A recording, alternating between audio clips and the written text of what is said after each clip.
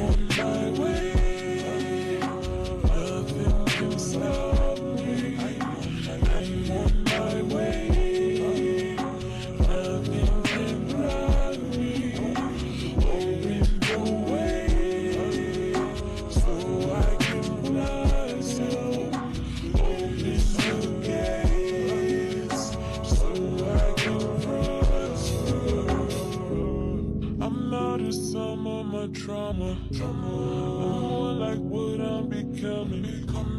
It's more like we overcoming. Painting a picture so lovely. I'm using all of the colors. Get hide away from the darkness. Digging up what's undercover. Do you know I see it closet? All of these struggles, I swear I just spell it. All of this strife, I swear I repel it. All of this poverty, I swear I done had it. All of this violence, can we repair this? Are we prepared for the rise of an empire? And are we prepared for the fall of a system? Everything we know was a lie. Patch myself up from the root to the crown in the efforts to preserve my bloodline. I would do anything for my soul tribe. Write this shit down on a scribe, inscribing all of the light that I've been manifesting. Now I'm tired of waiting. All this time we wasted, all these sacrifices. Put it down in writing. More than qualified to achieve all I desire. My words the candle, light up the fire. I'm on my way. Nothing can stop me. I'm on my way. Nothing can block me. Open the way so I can blossom. Open the gates so I can prosper.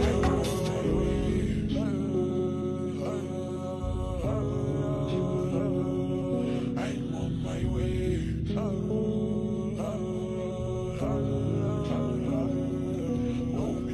Now I'm tired of waiting. All this time we wasted, all these sacrifices. Put it down in writing.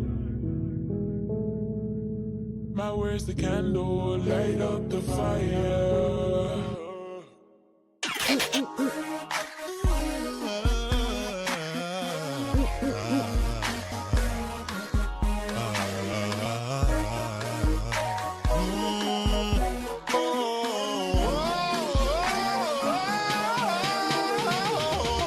I took a hit for the team,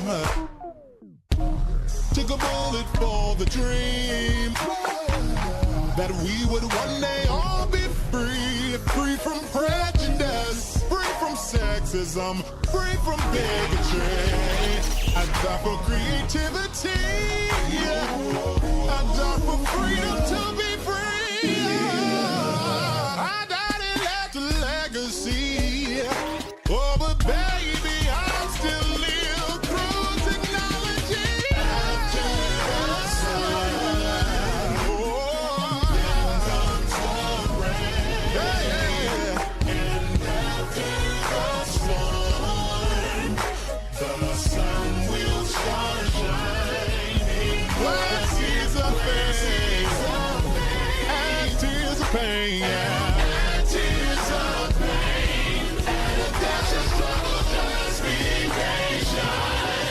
Your destiny will manifest, yes, photosynthesis.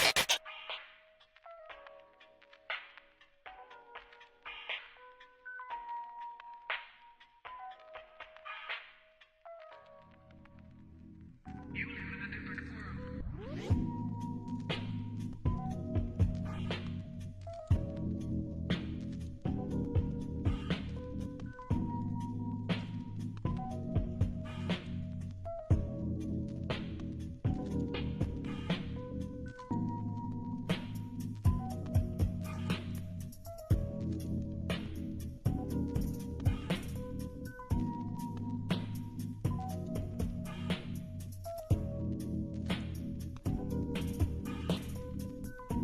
What is going on? What's going on? What's going on, y'all? Y'all gonna have to forgive me. My sinuses is kind of whooping my ass. It's kind of been whooping my ass these past few days, so hopefully I won't have a sneeze attack while I'm on live. But how are y'all doing? What's going on, King Ron? What's going on, King Harold? First of all, shout out to King Harold because he is the inspiration, if you will, for tonight's live. As you know, we are in the political season, girl, and unfortunately we have two choices, which I feel like after this presidency, God willing, we as Americans are going to have to try to find a way to literally bridge the gap so where we all can be heard. I know some people believe that that's not possible. If you believe that that's not possible, move your ass out the way and go sit down somewhere and talk to Jesus about it, white Jesus, okay, with the perm hair, and allow the other individuals who really trying to manifest shit for genuine change, allow for us, those individuals, the clearer pathway to be able to manifest it, okay? The hope and the dream of the slave has to manifest, okay? So, before we get into tonight's live, what's going on, Queen Spicy? What's going on? Let me go ahead and give y'all what I always give y'all, and I don't have it pulled up. Boom, copyright disclaimer under Section 107 of the Copyright Act of 1976. Allowance is made for fair use for purposes such as criticism, comment, news reporting, teaching, scholarship, education, and research. Fair use is a use permitted by copyright statute that might otherwise be infringing. Non-profit, educational, or personal use tips the balance in favor of fair use. All the videos, songs, images, and graphics used in this live belong to their respective owners, and BubzDaGawd does not claim any right over them. Okay? Now again, with this being the political season, girl, we have a choice. We can choose a racist individual who has proven and had a real track record of deeply rooted racism, who believes in protecting white supremacy. And if you actually took the time out to read Project 2025, you know, there are some platforms where there'll be 8 to 10 motherfuckers on there and only one out of all 8 or 10 of them know what's going on. So if they actually took the time to read Project 2025 or Project 47, like Agent 47 from the video game Hitman, whatever you want to call it, there are things in there that are exclusively negative towards people of color, primarily us. Okay? A lot of black men have a problem with Obama trying to hold black men accountable. Okay? So, since I am the mentally ill, let some people say it, homosexual, who does not know right from wrong, apparently, then I think maybe if some individuals will hear it from a fellow heterosexual man who also is an elder, and no shade, who also is bald. Shout out to the bald people, because I feel like my life gonna be bald when I get older. Shit, I'm visiting my parents and my granddad. I'm out of state right now, okay? My granddaddy shit all gone in the middle, pulled up to the scene with his ceiling missing. Okay, so I feel like that's gonna be my future. I hope my father's hairline kick in more, because my grandfather, no. On my mama's side, no. But we're going to take a look at 3 videos today, and all 3 videos are coming from the individual known as one of, shall I say, of the individuals from the Defiant Lawyers YouTube channel. We have used a few of their videos in reference to different topics and conversations surrounding Trump and Kamala and all the other type of stuff. So we're going to really get deep off into it. So before we do, I ask that you please hit the like button. It helps this channel to grow in the algorithms. We are at 820 on the road to 1K. It doesn't matter how long we get there, we're going to get there, girl. Again, we're about quality, not quantity, because the quantity will come. Okay, it's just part of the territory as you continue to grow. I'm gonna ask that you please share this live. Share these lives in red pill spaces. Okay? If I'm wrong, let me know. Okay? Educate me. So I'm gonna shut the hell up, and I'm going to allow the individual from the Defiant Lawyers YouTube channel, again, a civil rights attorney who's been doing this for 10 plus years. You know, the same civil rights lawyer you would want if your ass as a black man was in a racist situation. You would want that nigga on your side fighting for you. An individual who is trained in understanding not just the overt, but the very covert and passive aggressive ass type of racism that is there. And he does it from an educated and legalistic standpoint. Okay? So again, don't just take the leprechaun's mentally ill ass words for it. Okay? I want y'all to listen to him. But before we do that, let me look at the comments real quick. Harold says, my hairline is trying to do a disappearing act 2, but that ain't nothing some Jamaican castor oil can't fix. I'ma need something. My shit ain't all the way back, but it's starting to moonwalk. It's got the foot up, getting ready to go backwards. So with that being said, let's go ahead and take a look at the first video. Okay? And this is literally about Trump lying about inheriting a fucked up economy from Obama, and that Trump lied and said that during his presidency, the economy was booming. You mean when the economy and the whole world was shut down, the economy was booming? You mean when you were a president and you knew 2 to 3 months in advance that COVID-19 was in America, girl? That economy? You talking about when you told people to either drink or inject Clorox bleach into their veins and called it the Kung Flu virus? That? Talking about that economy? Interesting. But let's take a look from the Defiant Lawyers. Shout out to him again. The links for all the shit in my life is in the description box below, because again, that's how you do your journalistic due deals. Well, we finally heard from President or former President Barack Obama, and we really needed to hear from him because can't no one put things in perspective like President Obama? We are approximately 3 weeks away from the election, the most important election I believe this country has ever faced, because we essentially are looking at whether or not we're going to continue to be a democracy, or whether or not the people of this nation are going to vote to become an autocracy. That is precisely what Donald Trump intends to do with this nation if he is elected president.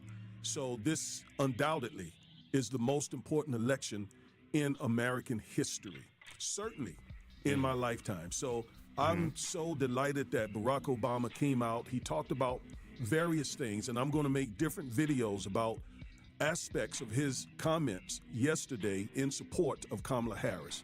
Today, I want to look at the economic piece. Right. He said some things about the economy that I have been saying over and over and over and over again, and I'm going to say them again today in this video because enough people are not hearing what we're saying about Trump and his claims about creating the greatest economy in American history. All lies. And I'm going to show you today. I'm going to show it to you because he's lying as he always does. All right.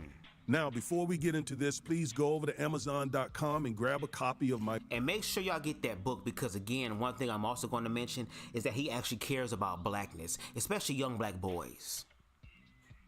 Some of these other niggas claim to care about young black boys, but when you're asked to do a live to literally show that, they fail an application. So if you really want to listen to a secure black man who knows what needs to be done in order to help our black boys grow up to become successful black men, regardless of whatever that expression looks like on the spectrum of men, to go ahead and order that book.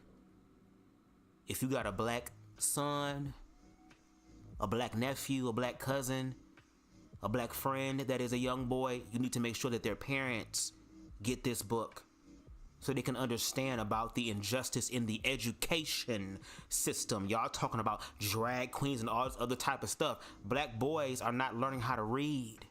They're falling behind. And if you're not smart and you don't have knowledge, you can be easily manipulated. Y'all ever heard about the school to prison pipeline? Yeah. So if you really care about the black boys, not just say it in a performative way, but if you actually care about them, make sure y'all go ahead and cop that book. Education and Justice. In this book, I show you the many ways the public school system failed African American children, that is, especially... Hold on, Ryan, you 46? 46 where? That's a damn... You 46. You meant to say 36. You ain't no damn 46. African American boys ain't and no girls way. too, but they mistreat African American boys, especially according to the data. And I show you exactly what to do to protect your son in this book. Again, Protect. Education and Justice. Protect. Amazon.com. All right, let's get into this. The first thing I think I want to do here is play a video. Some of the remarks that Obama made regarding the economy. Stay with me. Stay right with here. them. Eat that man, little baby. And the reason some people think, I don't know, I remember that economy when he first came in being pretty good. Yeah, it was pretty good, because it was my economy.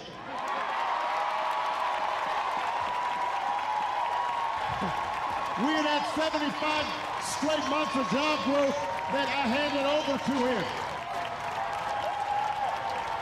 It wasn't something he did. I had spent 8 years cleaning up the mess that the Republicans had left me the last time. Wow. So just in case everybody has a hazy memory, he didn't do nothing. Now, did you hear that? So again, it's the people who are coming from the bottom up that are putting in the work, and then you have privileged motherfuckers that come through and do everything to destroy it. Because again, like I said, how was you being president, being one of the most successful economies of all time, when during your presidency the world was shut the fuck down? What are you talking about? Hello?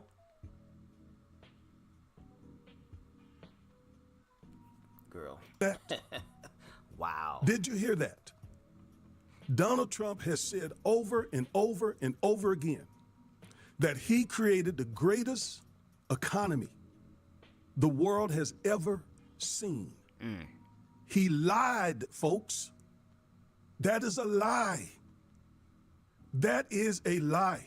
When he came into office, he inherited Obama's economy, an economy that was doing great. And for those of you who are more than 20 years old, then you remember that before Obama was elected president, the country was about to fall over. We were experiencing the Great Recession, and he saved the country. I remember when, I think it was the Commerce Secretary, getting in front of the TV cameras. George Bush, the younger George Bush, was president, and they got in front of the TV cameras and said, if we don't get some money from Congress in the next few days, the country is going to go bankrupt. Obama was elected under those conditions. And over his 8-year period in office, he turned the economy completely around. He had 70. And if he is wrong, because I'm agreeing with what he's saying. So if he is wrong, and that's the case, I'm gonna need for y'all to actually prove that. And what would be dope is that some of these red pill communities and these spaces, if y'all would actually invite people like him onto your platforms, because he has openly said that he has problems with false ass pro-black platforms that are spreading misinformation to literally hand this election over to Trump. He got an issue with y'all. Not only do I have an issue with some of y'all, but he got an issue with y'all. So it would be dope if y'all really trying to have the conversation with a motherfucker who really know what he talking about when it comes down to the whole election thing. Now, as far as the queer thing, I sit you niggas every time. Every time. In some of the black conversations, I sit you niggas every time. But I'm going to allow Mr. Elder, Mr. Seasoned One, to get y'all niggas together. over 76 months of tremendous job growth. I'm going to show you every bit of that. So when Trump came in office, he literally was handed a golden egg, a beautiful economy. Jobs were being created galore. The gross domestic product was great. That's what he was given. Yet he turns around and claims that he created this great economy. Now, what? I don't know why he would claim that, because nearly everything he has done in private life has failed. Nearly everything he has done has failed. Yet he wants to take credit for what Obama did. The first African-American president. He wants to claim credit for that. He talks as if he was the one who took office when the country was about to teeter over. No, it was not Trump. It was Obama. After Obama fixed it, he then handed it off to Trump, who mishandled COVID so bad that he messed up that great economy that Obama gave him. And lo and behold, who had to fix that? Joe Biden and Kamala Harris. Because there are people, a lot of black men, that are speaking ill about Kamala, and we're going to get more into that later on. Because I feel like it's a personal thing. Because they want to bring up her past, and we're going to talk a little bit about Kamala's past as far as all the things she did. She's a whore, she's a whore, she's a whore. Okay, I'm going to show y'all what a real whore looks like later on down the line. The Republican Party typically does not do well with the economics. I know they have the reputation. And that's what kind of teased me off, because I hear a lot of black people saying, well, there was more money under Trump. Well, it was because of Obama's economy. Not because of anything Trump did. It was because of Obama's economy. Now, if you don't believe me, and you don't have to believe me, okay? You don't have to believe me. Let's look at some data. Now, before we look at the data, y'all, I'm having a sneezing attack, so I have to mute, sorry. Ryan says, it's interesting when conservatives will claim that when Trump was in office, that black unemployment went down. I've always had jobs before Trump entered office, and plenty of black people thrived during the Obama administration. Let's look at some data. All right, here we go. Gross domestic product under Trump was the worst in a century. You look at it. I got the arrow pointed. I did not create this. Notice it says real GDP adjusted for inflation and seasonal fluctuations. Source, Augustus Corbett. No. Source, U.S. Bureau of Economic Analysis.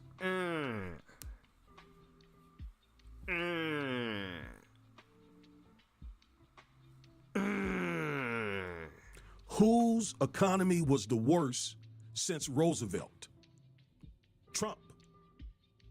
On the bottom, Trump. Whose economy was the best? Roosevelt, Kennedy, Johnson, Clinton. I remember when Clinton left office, he handed young Bush a balanced budget, had a surplus, in fact. The economy, folks, tend to do better with the Democrats. And I tell you why.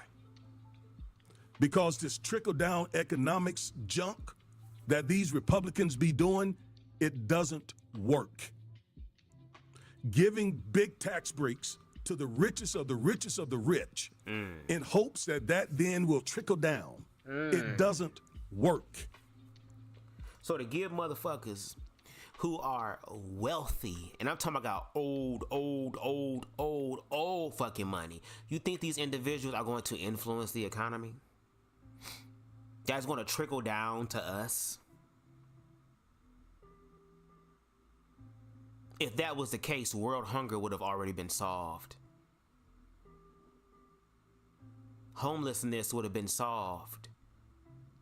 We probably would have free education. We would probably have free health care. We would have a booming, thriving economy. But all these individuals use their money and power for is just that, to obtain more money and more power. Not give back. Not help communities to become better. Not help to create opportunities in communities that desperately need them so they can become better. No. It's to make sure that they stay in power and control, because when you're equal, you don't get to have power and control over everyone, even though in equality you understand the one thing that you do have power and control of above all things, which is your motherfucking self.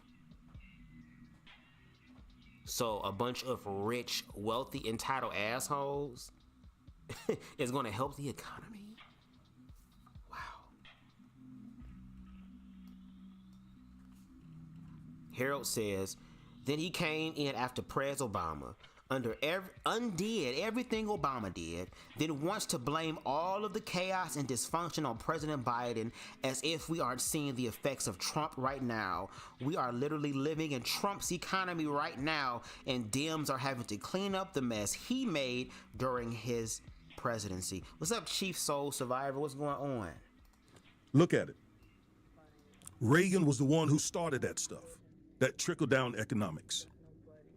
His economy was 5 out of all of this. And then Carter had to come in and try to fix his. Ford and Nixon, then Obama, the older Bush, and then there's Truman, a Democratic, all the blues are Democratic administrations. Then the reds are obviously the GOP. And look at whose economy was the worst. Gross domestic product. That's all the stuff that the country produces. It was worse under Trump. And look at what happened.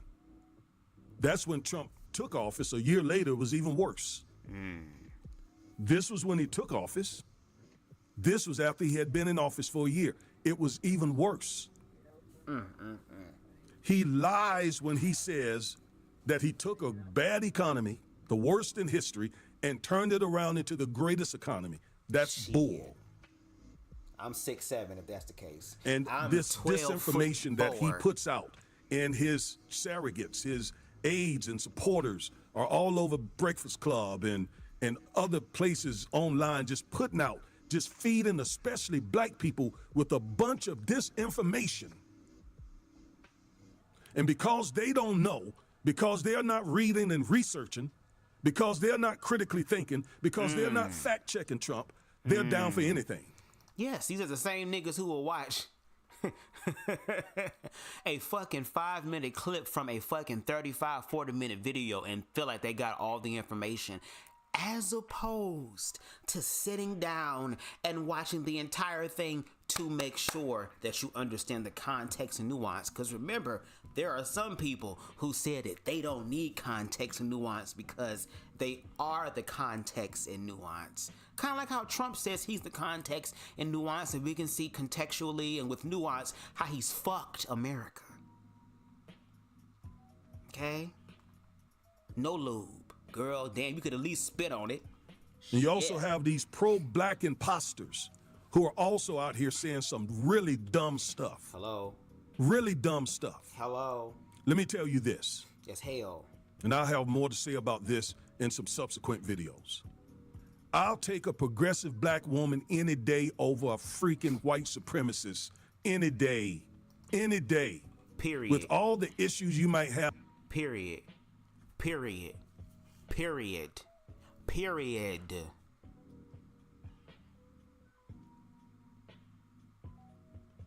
I would choose a black woman who, when you look at her track record, she knows what the fuck she's doing. She already understands the legal system. She already has a one-up. And yes, people gonna talk about her past. Oh my God, what she did, what she did, what she did. Okay, well, if she becomes president, now you have the opportunity to critique her ass the entire time and actually see and give her a chance. We already gave Trump ass a chance, and we saw what the fuck happened. We got the Kung Flu virus, according to him.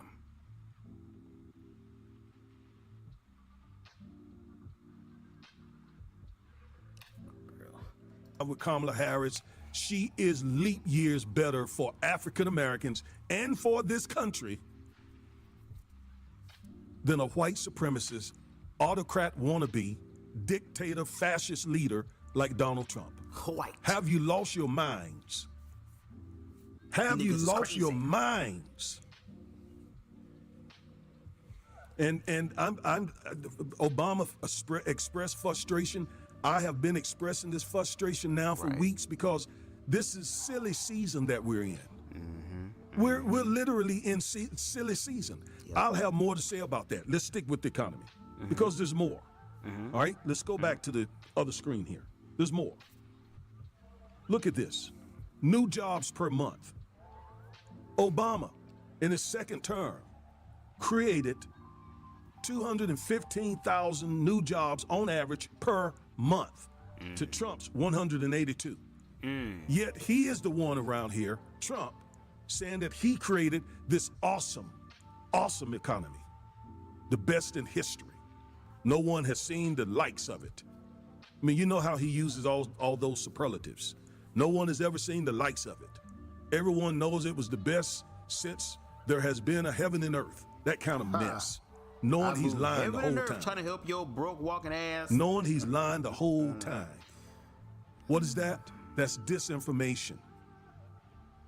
That is disinformation. And then what happens? Folks out on the streets pick it up. Look at some more data here. When he took office, when Trump took office, the unemployment rate was falling off a mountain, like rolling down a mountain, the unemployment. And from where it started when Obama took office, that's historic. So when Trump came in office, all he had to do was just stay out of the way. Just stay out the way. He didn't have to do anything else. Look at it. Look at what he had. Look at this graph. It flows like you're falling down a mountain, like you're literally rolling down a mountain. The unemployment rate from like 8, 9, 10% when Obama took office. When he gave it to Trump, it was 4.7%, and it kept dropping. Trump didn't have to do anything, don't mess it up. But he messed it up. How? Because of his lies, his mishandling of COVID, costing hundreds of thousands of people their lives, and the economy just fell through. So that when Joe Biden came in, he inherited that mess from Trump. Yet a lot of that mess was so much it gave Joe Biden goddamn early set Alzheimer's, girl. You young blacks give Trump all the credit when he messed up the thing. And you're very, very, very critical of Obama. He never did anything. He saved the country from economic collapse. Trump almost cost the country economic collapse. Look at the facts. Stop listening to this disinformation. Hello? Here are the facts. Hello. There's more data. All right, let's go to another screen. Yes, disinformation. Misinformation, Harold. Shut I up. just want you to see this for yourself. He said what he said So now. that you can refute when folks bring this disinformation, because you're being targeted. You young black men especially, you're being targeted with disinformation. And you don't know any better. For example, Byron Donalds was on the Breakfast Club a week or so ago, and he spewed nothing but complete lies and half-truths and just basic disinformation. I fact-checked him in a couple of videos. Go watch them videos. Go watch them. Make sure y'all watch them. And stop. Let me say this: when these folks are on the social media, TV, and so forth, just because they are saying stuff more eloquently, like Candace Owens. Candace Owens is well-spoken. That doesn't mean she's telling the truth. Hello. Byron Donalds is also well-spoken. He stays calm, and he just makes sure that he puts out his disinformation. And then on top of that, people sit up here and demonize people for having passion, or, excuse me, or quote unquote being emotional, as if though they're losing the argument. No, when you're emotional or passionate, it means you fucking care. When you're spreading misinformation, you don't care.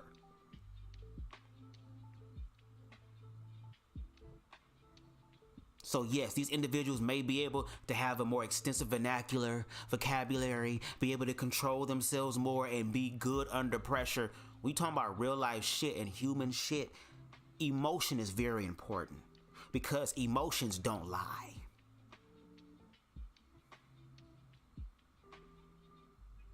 Y'all know a vibe when y'all feel one.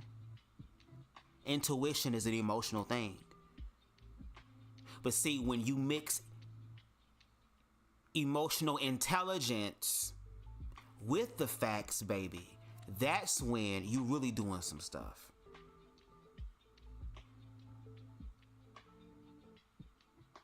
Just wanted to point that out. I saw the interview with him and Charlemagne and Angela Rye and Envy. I looked at that interview. And I knew, as a civil rights lawyer, I knew he was misleading people. I knew it. And I corrected it in a couple of my videos. But his videos has got around to over 500,000 people, that video, that specific video. Yep. And just misleading people over and over and over again. My video has been seen, one of them, 46,000 and growing. That's far less than 500,000. And that just tells you, man, these lies can spread. Mark Twain said it. These lies can spread halfway around the world before the truth can put its shoes on. And what happens? You all believe it. It confirms the biases that you already have toward the Democratic Party. And I'm not a Democrat. I'm an independent voter. But I am a stickler for truth and for facts. And the fact is, and you just saw it, the economy does better under the Democrats because they work from the bottom up instead of trying to work from the top down. Those rich people who get those big tax breaks that Donald Trump and other Republicans have given, they don't trickle that money down. They hide that money. They put that money in other stuff. That money doesn't come down anywhere. Democrats, on the other hand, tend to invest in the middle class, in the working people. And in turn, those working people then have jobs and money to spend, and that just makes the economy better than putting all the money in the top 1% of 1% in the hopes that it will trickle down. It doesn't work that way, folks. Bro. And that's why we see this data right here.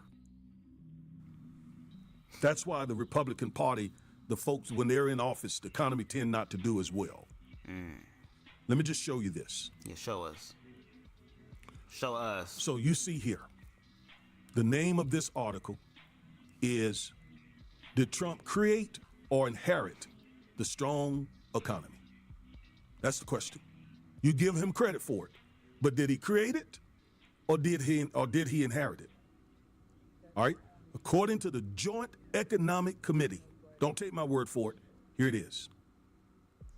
I'm going to highlight the stuff I want you to read here. President Donald Trump claims credit for the strong economy, claiming he inherited a disaster, in quotation, from President Barack Obama, and that he accomplished an economic turnaround of historic proportions. Keep that in mind. He claimed he inherited a disaster and turned it around in historic proportions. Let's go back to the data. Look at his performance with GDP. The worst of all presidents in the last 100 years. Look who created the most jobs. Obama. How is that an economic disaster? How is that possible? The man lied.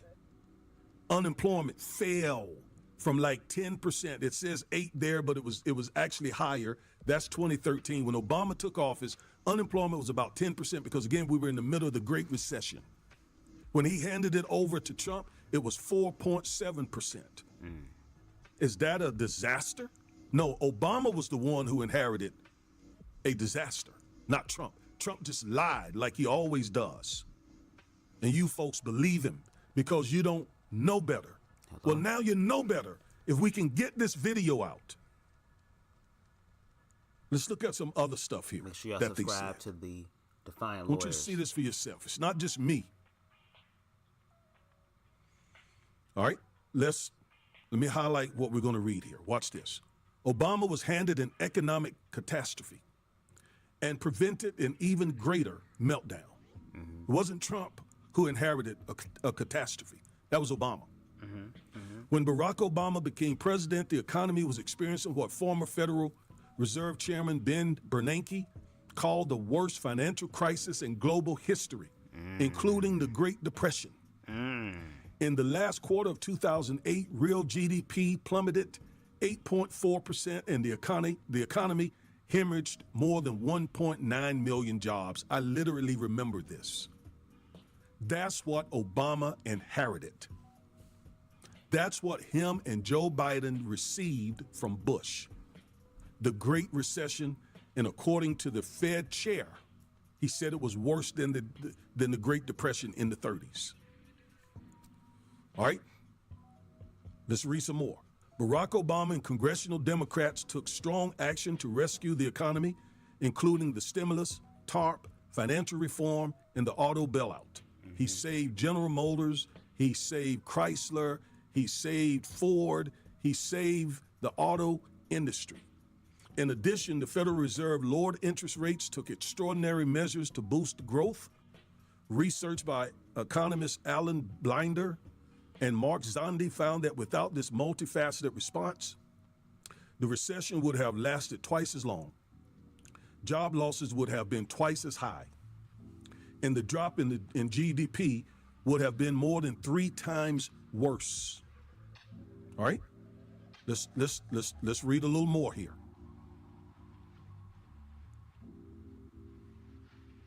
Lost my place. Just stay with me. All right,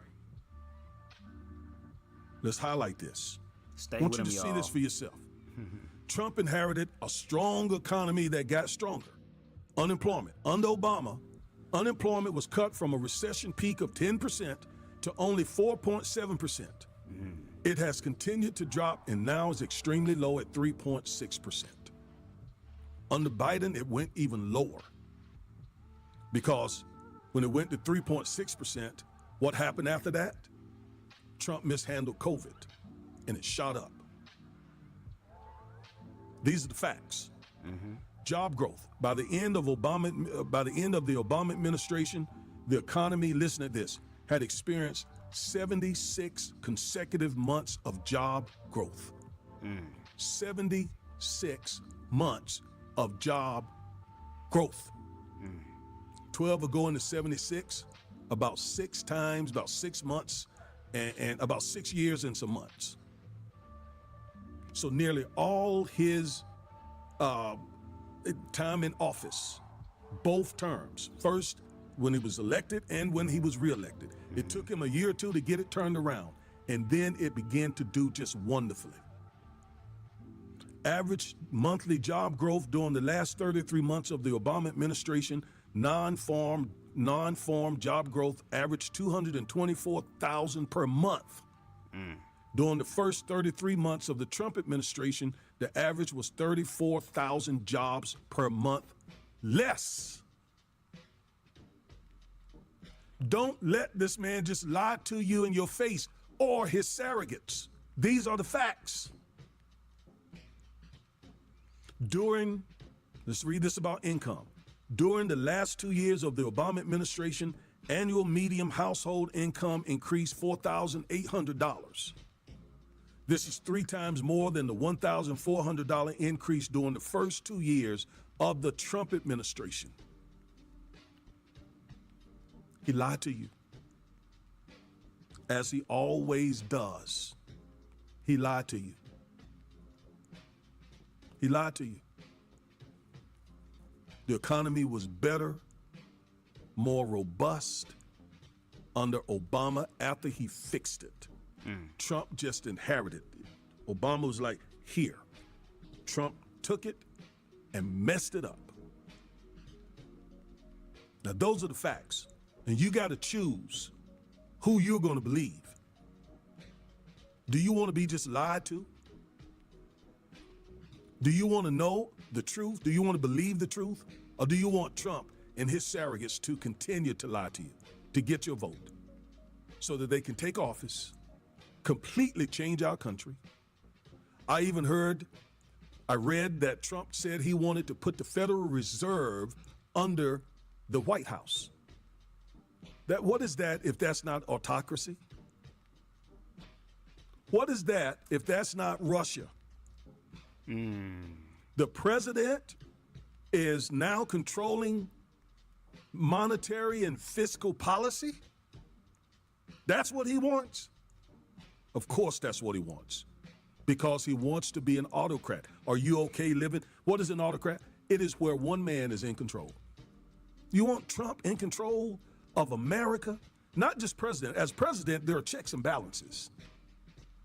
Because there's a Congress, there's a Supreme Court that he has control of already. And if we don't get out and vote, he's going to have control of the whole freaking thing. And God knows what he's going to do with the country. It was only the fighting of the Democrats when he was in office, impeached him twice, that prevented him from bringing the country down then. And even some Republicans. There were folks even in his administration who made sure he couldn't do certain things. Well, this time, with Project 2025, he won't have those folks in his administration working against him. He'll have full-blood comrades. Just recently came out that the man sent COVID machines and supplies and so forth to Russia when we needed them most right here. Wow.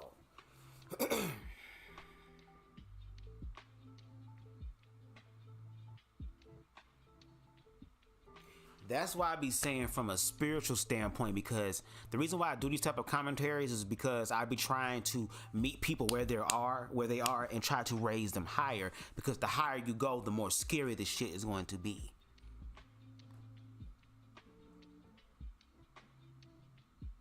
We literally had a term of Trump as president, and as he stated, economically it was the worst. But the reason why he's even on the fucking ballot, to be honest, is because there is this fear narrative, again, being pressed or pushed against oppressed groups of people, i.e. black people, women, and queer people.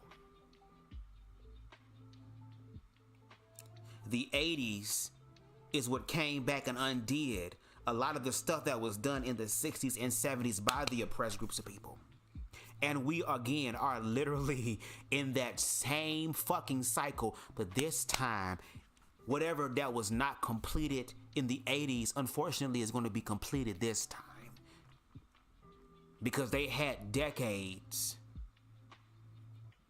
to be able to work all the kinks out. The fact that there are white Americans right now who are understanding what it's like to be black in reference to critical race theory. The fact that there are heterosexual Christians out there that know what it feels like to be a fag now, because the homosexuals have laws to protect them from being discriminated against. And as we see, a lot of black men feel some type of way because their black women are rising and ascending without their permission.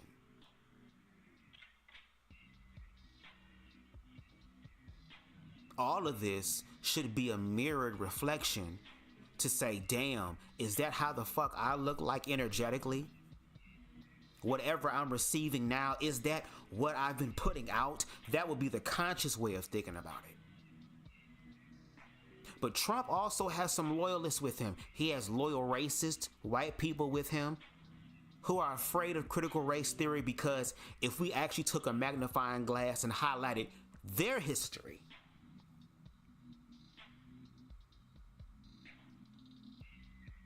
of all the things that they have done to not just black people, but all other oppressed groups of people, and even their own, that there would be some sort of vengeance. And no shade, if we're going to keep it all the way a thou wow, that would be the right thing. But some of us, or should I say the majority of us, including myself, want to be able to reconcile this stuff so we can move forward equally. But they don't want to do that. So a lot of Christians are siding with Trump. A lot of racist white people, or those who do not acknowledge their privilege for being white, are aligning with Trump. And as we can see, as the thumbnail shows, there's some shookin' and jiving Uncle Tom cabin ass niggas who are willing to rock with the oppressors as well.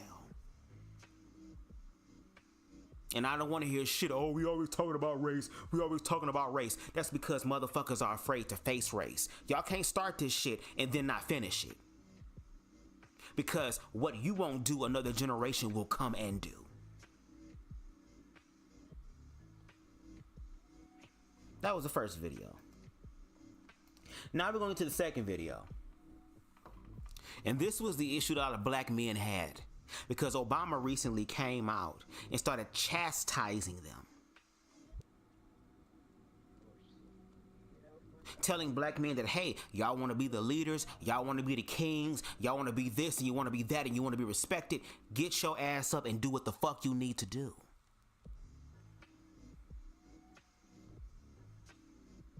But now that he is calling black men to the carpet, now he's a simping ass nigga. Why? I mean, men can only check men, right? So he is checking y'all niggas. I be checking y'all niggas too, but y'all niggas be in this disillusion that I'm checking you out instead of checking you. And again, for the niggas who think that I'm checking them out, that's a form of disrespect to even think that I would check you out. I have standards.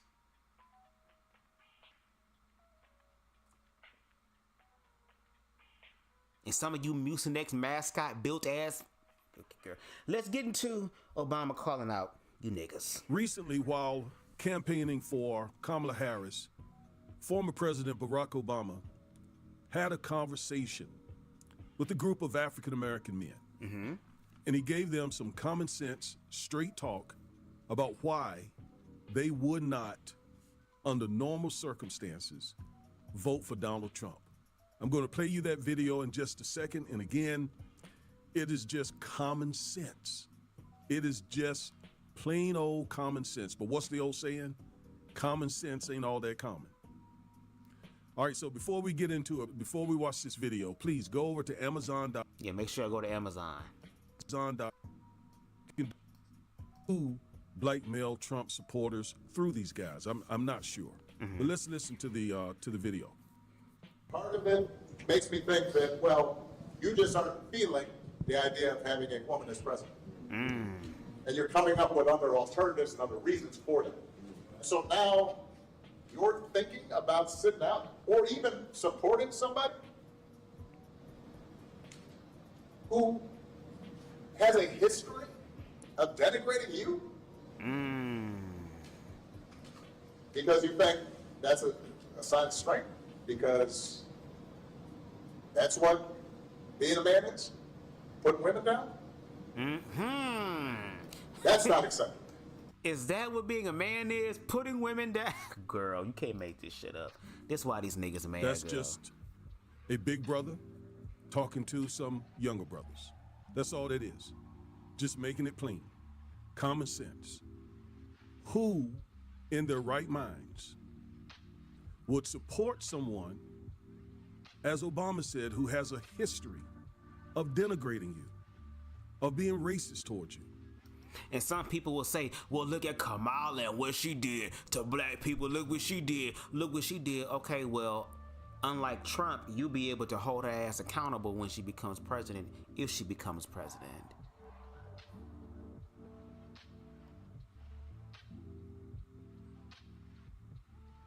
We already saw what the fuck Trump gave. So we're not having hypotheticals.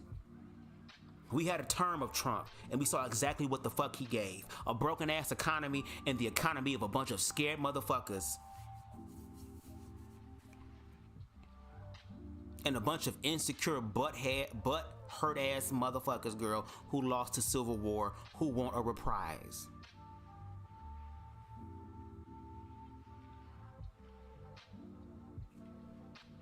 Who in their right thinking would do that? I mean, you just wouldn't do that say in your neighborhood, and there's somebody who doesn't like you, doesn't like your family, doesn't like your ethnicity, and they have a history of just treating you and those who look like you like you're inferior, like you're less than. He talks about you. He does whatever he can to harm your ethnicity, and yet you're going to support him when he wants to become, say, the mayor or become a city councilman or a school board member. You're going to support the person who has that history toward you and your people? Just think about that. That makes no sense whatsoever. I believe strongly, I've come to believe, that a lot of you young brothers are the victims of disinformation. And old niggas. I got a video that's coming out where I'm going to show you how you have been made the victim over years. What's up, It Queen didn't just start. Amber? Over many years, you have become the victims of disinformation.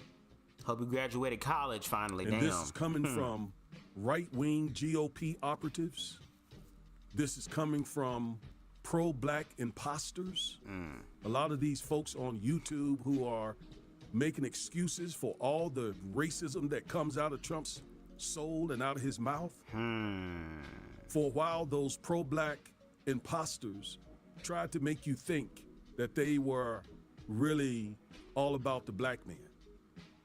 But as I said in a video a few months ago, you can't be pro-black and pro-Trump, because Trump is anti-black. So how can you be pro-black and support an anti-black candidate? That doesn't make any sense. And even if it's, as Obama said, if it's because you got some issues with a black woman, my advice to you is to get over it. Because a black woman that you dislike, a progressive black woman at that, is so much better for you than a white supremacist. And I know the problem is you don't really understand what white supremacy is. You don't quite understand what it is. You hear the term all the time, you have heard it over the years, but you really don't understand what it is. Well, you're looking at the face of white supremacy when you look at Donald Trump. The face of it. And they have their white supremacist agenda, Project 2025. And oh, by the way, there's also something called Agenda 47 that Trump claims that he doesn't know what Project 2025 is, but he does openly embrace Agenda 47. And I'm going to show you Agenda 47 here. We're going to look at a few things in Agenda 47, and what you will see is black men are ignored in Agenda 47, except for one place. Oop. Let me show you what I mean. He's going to show you where black experiences are validated, where they'll say yes for the niggas. And it's not going to be yes in the way that niggas need a yes. It's going to be a yes in any and every way to destroy us, like it's been happening for the longest time. And what be baffling me is it be niggas that lived in the 60s, 70s, and 80s who saw with their own eyes what the fuck happened. They were able to experience this, what I would consider this little small golden era of blackness liberating itself, not just from a physical place, but a mental, emotional, and spiritual and musical place. Same thing for queer people, same thing for women, same thing for other oppressed groups of people or people who are not white. Then the 80s came in again and washed everything. We are literally we are it's like the universe is giving us an opportunity to actually do it right this time. And the gag is that right is either going to be for liberation or oppression. Who's going to get it right this time? And the fact that there are black men that are willing to vote for Trump simply because he is a man. And the fact that Kamala is a female. See, I kind of want to really go into it right now, but I'm trying to wait. It's just baffling to me. Then you got niggas forcing their whole fucking household to vote for Trump. Motherfuckers talking to their children about Trump. And their children are literally regurgitating what their parents told them as if though the child is really doing their due deals. This is Trump's Agenda 47. Don't believe me? Just go to Google, type in Donald Trump Agenda 47. And here's what you'll find. Let's just look at some of the big things.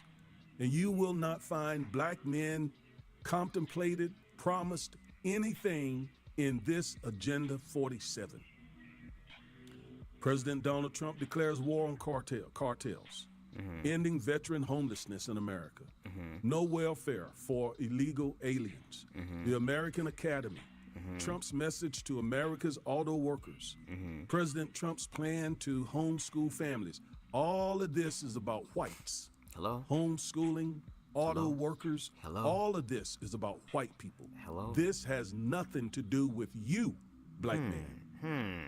Because as Obama pointed out, the only history that Trump has with you is denigrating you. You remember he took out the full-page ad to have the Central Park 5 executed? I heard a YouTuber say he doesn't care about that, a black YouTuber. Say he doesn't care about that. Well, you should care about that because that showed Donald Trump's heart toward you as a black man. So you should care about that.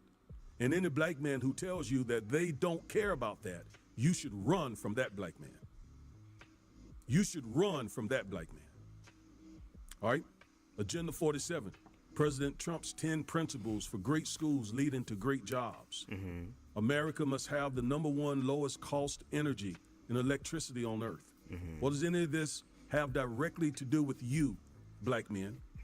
Returning production of essential medicines back to America and ending Biden's pharmaceutical shortages.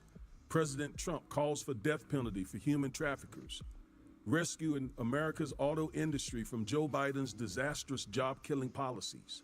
Rebuilding America's depleted military. Where are you at in all this? Protecting students from the radical left and Marxist maniacs infecting educational institutions. You are mentioned in here indirectly, but only in a negative way. Cementing fair and reciprocal trade with the Trump Reciprocal Trade Act. Using impoundment to cut waste, stop inflation, and crush the deep state. Addressing rise of chronic childhood illnesses. Ending the scourge of drug addiction in America. Celebration of 250 years of American independence at the Iowa State Fairgrounds. Where does any of this fit you? Where are you contemplated in this? Where are you promised something in this? And I'm asking that because why, therefore, are you supporting a person whose agenda omits you, ignores you? Day 1 executive order ending citizenship for children of illegals and outlawing birth tourism. Protecting students from the radical left and Marxist maniacs infecting educational institutions. Let's see what we see here. That has to do anything with you, black man. President Trump's plan to save American education and give power back to parents. President Trump's plan to protect children and left-wing gender insanity. President Trump calls for immediate de-escalation and peace. President Trump will build a new missile defense shield, stopping Chinese espionage. President Trump on making America energy independent again. President Trump announces plan to end crime and restore order. Here you are mentioned, rather it's indirectly, but we know who he's talking about. Okay, let's play the video here. You'll see what I mean.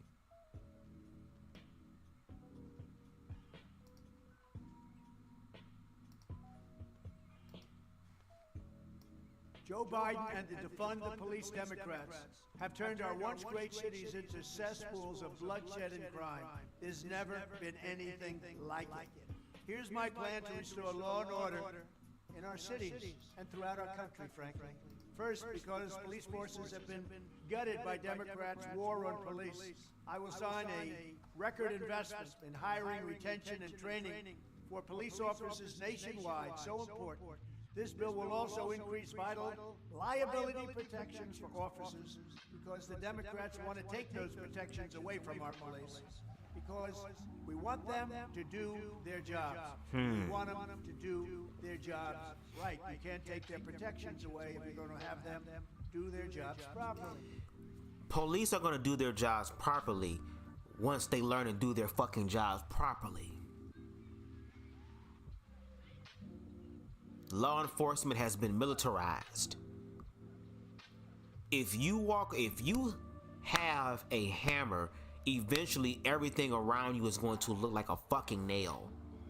I've done a live about this a while ago on my channel when they talked about defund the police. They weren't talking about defund the police as far as take all of the money from the police to where they have nothing, but to say instead of militarizing the police. Because again, whenever black people show up and peacefully protest, what happens? We're met with militarized riot gear police. But the defund the police is about also implementing some of that money, allocating some of that money towards also mental health specialists, like social workers who are able to go with the police officer to be able to help de-escalate the situation. I forgot the name of the show that used to be on, I don't know, one of these primetime shows. I don't know if it was ABC, NBC, I don't know. But it was a show about individuals who, when they would respond to emergencies, they did it through communication. They were able to talk people through things. They were able to use their emotional awareness and intelligence. If you have a fucking gun and you don't have time to have emotional awareness, intelligence, and I'm not talking about when you dealing with a fucking a shootout or something. I'm talking about trying to de-escalate a situation. That if you don't have the patience, you can pull your gun out or utilize your privilege or your title or your power. Just like how that man did when he shot that woman in the face after she said, "I rebuke you in the name of Jesus." That's all about holding a police officer accountable, because at the end of the day, police officers are servants of the motherfucking people. The gag is, we're starting to learn more and more every day what group of people they're protecting and the other group of people that they see as a threat.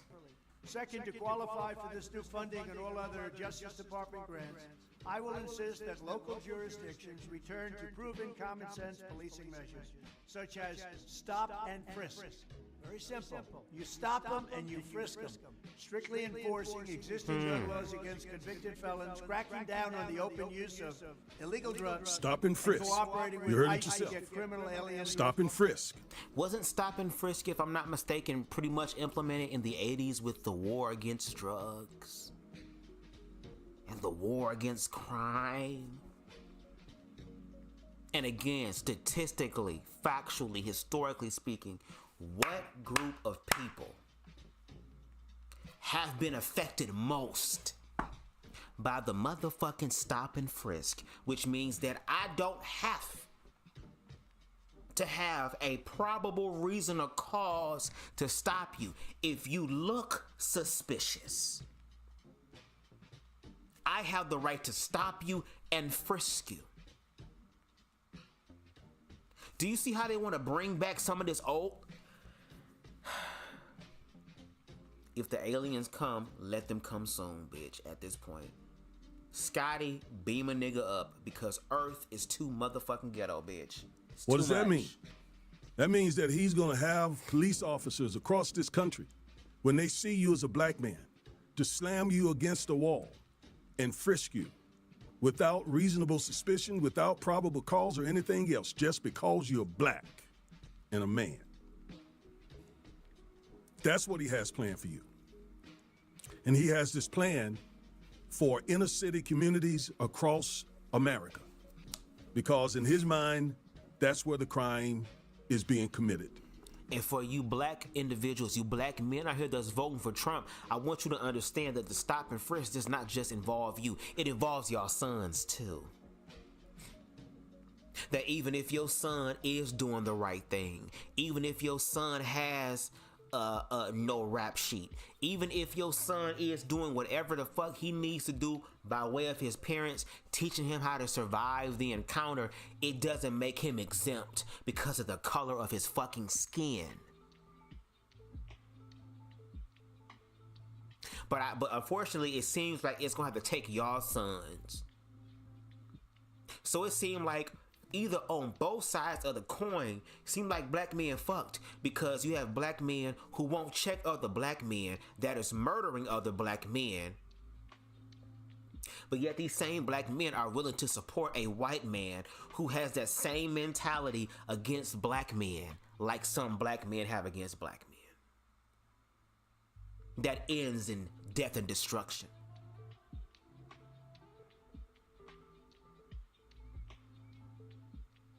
And if we're gonna play that motherfucking game, in the words of Boss Man, somebody give this kid some mascara. By black people. He said that in the Detroit At least he'll church. be alive, bitch. So that's what he has for you. Let's see if there's anything else in here for you. President Trump announced his plan to stop the American last warmongers and globalists. President Trump continues to lead on protecting Americans from radical leftist ESG investments. President Trump's new trade plan to protect American workers, reclaiming America's independence by slashing Biden's disastrous trade deficits, reversing Biden's EO embedding Marxism in the federal government. That means getting rid of all DEI. A new quantum leap to revolutionize the American standard of living, preventing World War III. Joe Biden has been disaster for the economy, ending Biden's war on suburbs that pushes the American dream further than reach. President Trump's plan to dismantle the deep state and return power to the American people, firing the radical Marxist prosecutors, destroying America. That indirectly affects you too, black man, because what he's saying is he's going to go after prosecutors who try to be fair toward you. He wants them to throw the book at you. And if they don't throw the book at you, he calls them Marxists, and he's going to unleash the DOJ on them. So first he's going to have cops with prosecutorial immunity that he wants to give them, meaning if they jack you up, beat you up, kill you or whatever, they can't be prosecuted. And they already have qualified immunity.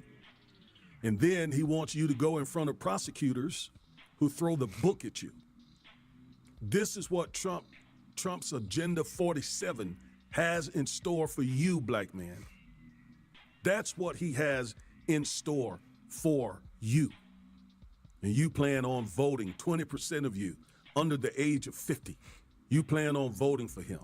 Again, preventing World War III. Joe Biden has been a disaster for the economy, which is crazy. President Trump's plan to dismantle the deep state, liberating America from Biden's regulatory onslaught. That also indirectly affects you, black man, because if corporations can ignore regulations, they can make your communities very unsafe to live in. Wow. Okay? Wow. Yeah. So you're in here. Wow. You're in here, all right, but only in terms of being victimized by Trump white supremacist agenda.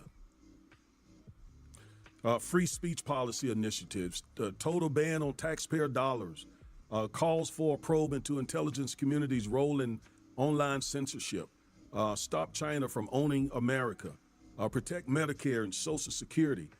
What does any of this have to do with you, black man? I'm telling you nothing except for the things that I showed you. So therefore, as Obama said, why in the world would you vote for a man like this? It is like voting for the slave master. It is like voting for the colonizer. That's what this is all about. That's how you look out here right now. That's exactly how you look. Like you're poised to vote for the colonizer, for the slave master. And that's what Obama's trying to get you to see, trying to get you to see beyond the disinformation that has been flooded into your brains. Wow. Let me show you one picture. Wow. And this is the reason why I would never, ever, ever, ever, ever vote for Donald Trump. Because of that man right there. That's my father. He's passed. But I would never disgrace him by voting for somebody like Donald Trump. As Obama said, Trump has made some black men think that Trump's behavior is what manhood is all about. No. The man you're looking at, he showed. Trump is an idea of what manhood should look like. And when we look at these red pill spaces on YouTube, a lot of them share the same sentiment. They see women not as an extension of themselves, not women or their wives or girlfriends or whoever they may be, as equal to them as a human being to cater to them so they can be catered to, you know, both partners. Fuck just happy wife, happy life, but happy house, happy spouse.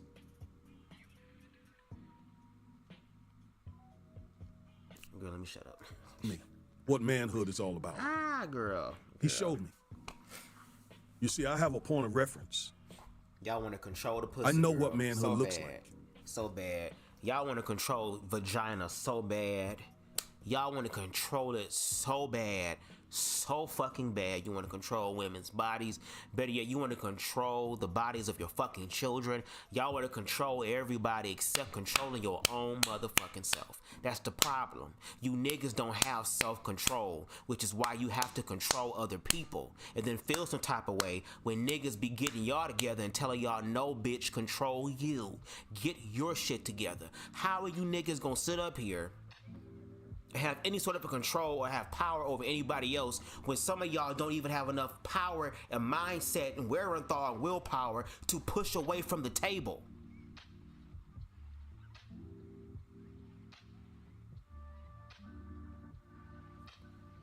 Donald Trump doesn't represent any of what my father did on a regular basis as he got up at 4:30 in the morning and went to jobs and had to deal with white supremacists just like Donald Trump.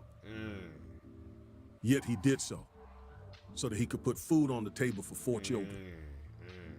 Yeah. And y'all he want to showed continue me. this shit.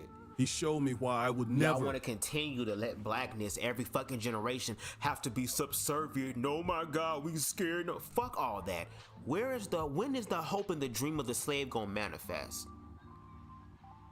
Or will it never happen in our lifetime? Okay, well maybe you'll die before I do. I'm gonna see something in my lifetime.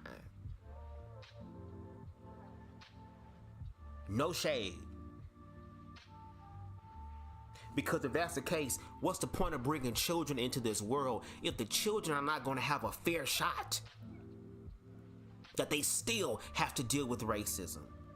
That they still have to deal with some form of oppression from all angles. And y'all worried about the black family?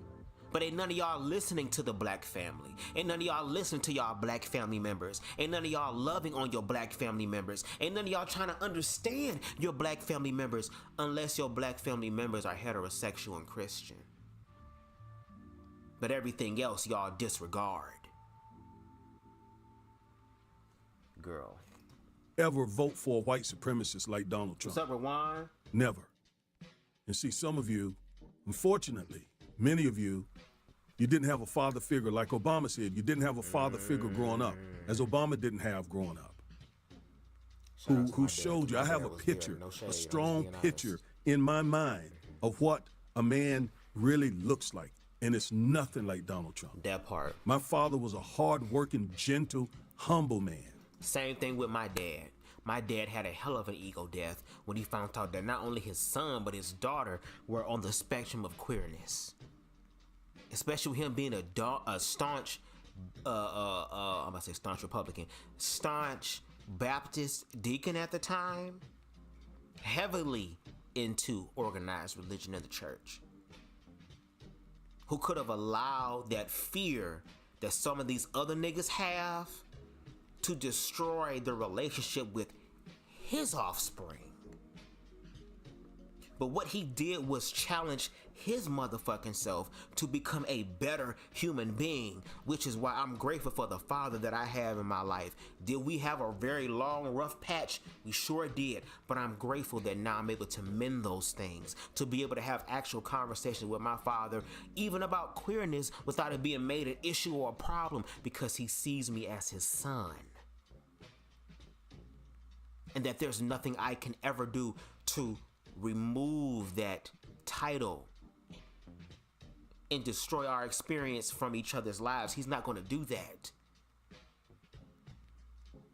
So no shade to the individuals who didn't have fathers. It does not mean that you cannot become more than what your father was. Because a lot of these men are insecure and don't know how to take care of themselves. Therefore, they won't be able to take care of another human being. And some of these niggas subconsciously run away because they don't want their children to grow up to be like them, even though the lack of them not being there could possibly inspire them to be like their motherfucking daddy, who wasn't there. But if you learn to love yourself and heal from shit, guess what? You can be the best parent ever. Being a parent is a learning curve. I mean, a learning thing that you're doing all the time. You're gonna always be upgrading. Even when they turn 18 and they're out the house, they're still your child. And if you ask me, I really think that if individuals want to be parents, they need to go through some sort of mental and emotional evaluation to even make sure they're able to handle a child, not just in the realm of physicality. Because in the words of Lil Boosie's daughter, Ivy, yeah, financially and physically, you show the fuck up. But mentally and emotionally, you suck. You lack in those departments. Who sacrificed his life for me, my siblings, my mother. He had a good name. He had great credit and never made more than $8 or $9 an hour his whole life. Wow. He grew up during Jim Crow, was born in the 20s. He dealt with people just like Trump and just like the people that Trump has around him. Oh, Rajan? Because it's not just Trump. Sorry, thank you. It's Rajan, all the my people bad. that Trump will bring to Thank Washington you for correcting me. I with understand. him. It's gonna take me a few. It's gonna take me a few attempts to get it right. So if I forget again, please charge it to my head, not my heart. Rajan, I hope I'm saying that right. Have not thought this through. Rajan. You have been the victim of disinformation, or you're just in rebellion, and or you just don't have this type of reference to refer to. And the other reason why I wouldn't vote for a man like Donald Trump is because I know that when my dad was on those jobs, working hard, getting up at 4:30 in the morning, getting to the job site before the boss does, leaving after the boss leaves, I know that men like Donald Trump would have crushed my father. Because Trump only sees black men as workers, pawns, That's it. That's to it. be used, That's it. to make him money or to get him elected. That's it. Pawns used. Now some people say, well, the Democratic Party uses the black community. Okay, well, how about this? How about black people try to find a way to become independent finally? To where we don't have to resort on anyone but ourselves. Can we get to that point? Because if y'all want to do that, I'm down for that. I'm more so down for that than doing this shit. Because like I said, whether it's Republican or Democrat, it's two wings on the same bird. But if we're going to play the choosing game out here, I'm going to choose someone that benefits the majority of blackness as opposed to someone who only benefits a minority of blackness, and that minority being the individuals who are loyal to him as president. Because all that money that you talking, that Trump talking about getting in, a lot of you niggas ain't going to get it.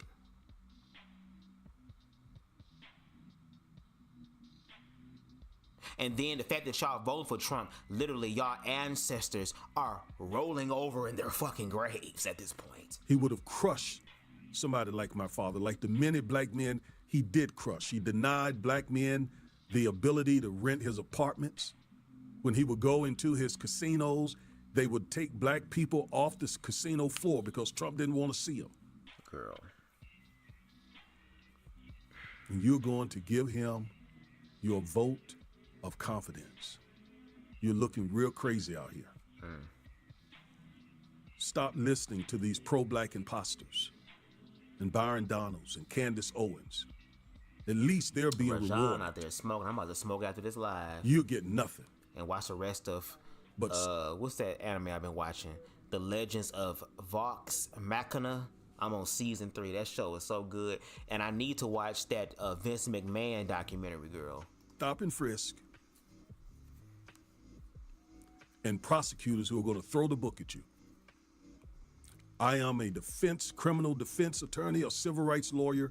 I know what the court system does to your behind every day. Ooh. So for you niggas that vote for Trump, when your ass get into some racist shit that you thought was gonna be exempt because you voted for him, girl, don't call him. Don't call the Defiant. Don't hit him up asking him for help, girl, because he was trying to help you motherfuckers before y'all ended up. Okay, girl. Anyway, we're done. We're done with that one. Last but definitely not least, this video is, again, as Harold put it, Unc on the platform is going to talk exclusively to black men who are voting for Trump.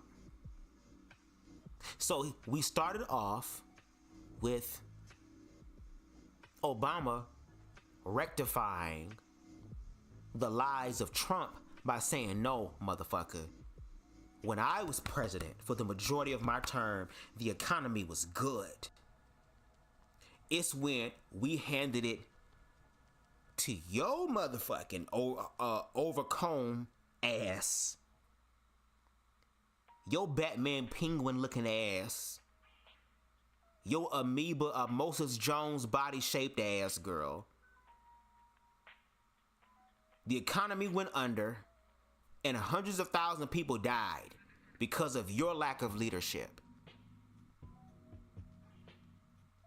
Kind of like the same way when 9/11 happened, instead of George Bush getting the fuck up and doing what the fuck he needed to do, he just continued to sit there and read with the children.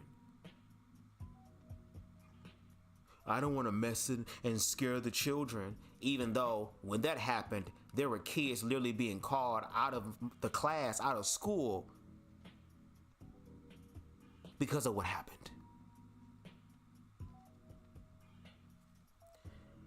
Let's get, well, before we do that, let me get to y'all comments, because I've been neglecting y'all comments sometimes. I'll be so into the shit, girl. Let me see. Lord, my nose is itching like a mug. Harold said the same ninjas who swear by Umar and Tariq Nasheed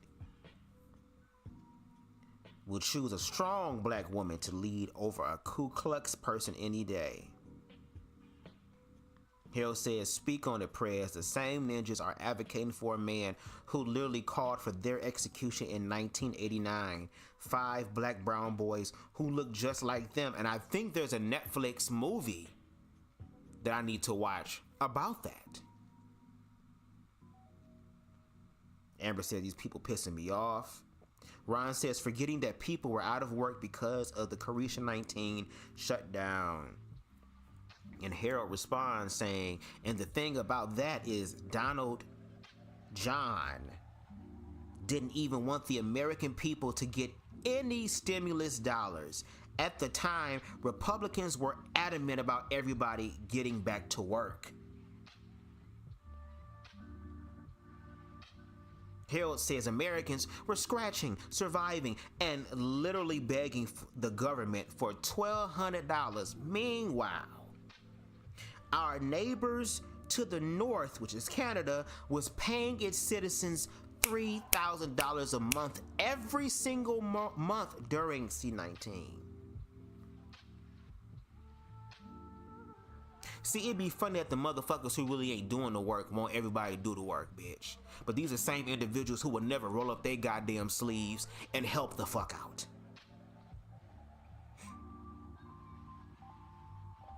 Harold also says he called it the China virus, the Kung Flu virus, and if it didn't spread, as if it didn't spread across the entire globe.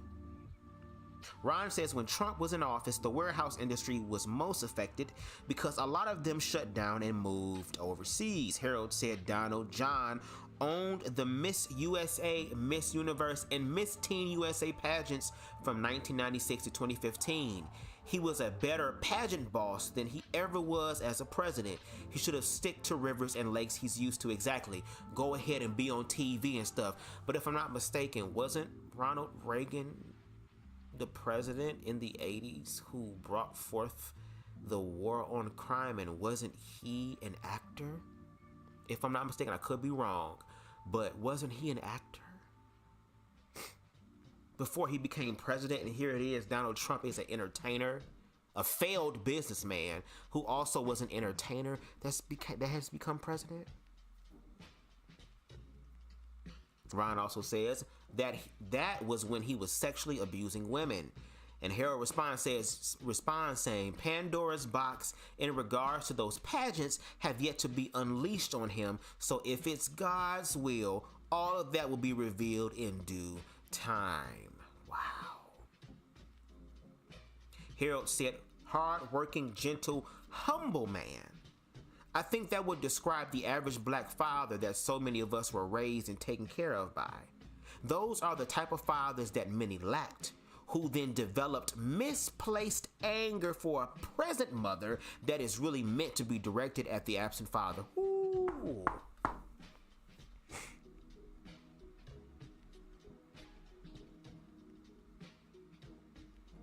Now, let's get into, again, this seasoned, elder, bald-headed black man.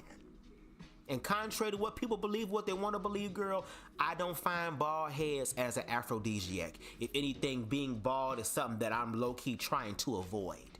I appreciate the bald men, and some individuals can pull off baldness, but baldness is not one of my things I need in order for me to be attracted. So this whole lie about I like dark-skinned men with bald heads, girl, the only dark-skinned thing I like with a head, girl, is them goddamn goobers. Chocolate-covered peanuts. Peanuts paws. Not penis. Peanuts. You gay-minded heterosexual man, girl. Let's get it.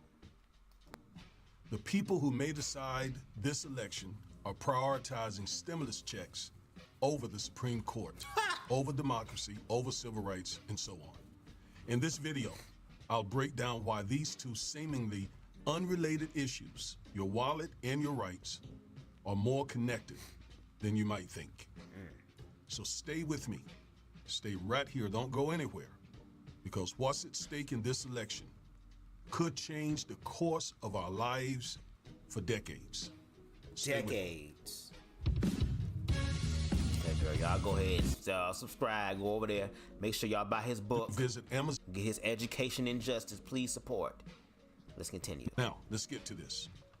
After defending our democracy from Trump and MAGA, picking the next Supreme Court justice is probably the most important issue black voters face right now. SCOTUS has an outsized impact on all of our lives, but it especially affects black folks. Time and time again, this court has shown its willingness to weaken or outright gut civil rights protection. Think about the Shelby County versus Holder case. That case effectively gutted the Voting Rights Act, which is one of the most important civil rights act ever passed. And since then, voter suppression laws have increased through the roof in states with large black populations like Texas, Florida, North Carolina, and so on. And now with 6 conservative justices on the bench, the threat to our civil rights is even greater, especially with the lasting influence of Trump's appointees. This term, for example, the court is hearing cases about employment discrimination and environmental protections and other issues. But they also refuse to hear a death penalty case involving a black man where prosecutors struck every single black juror.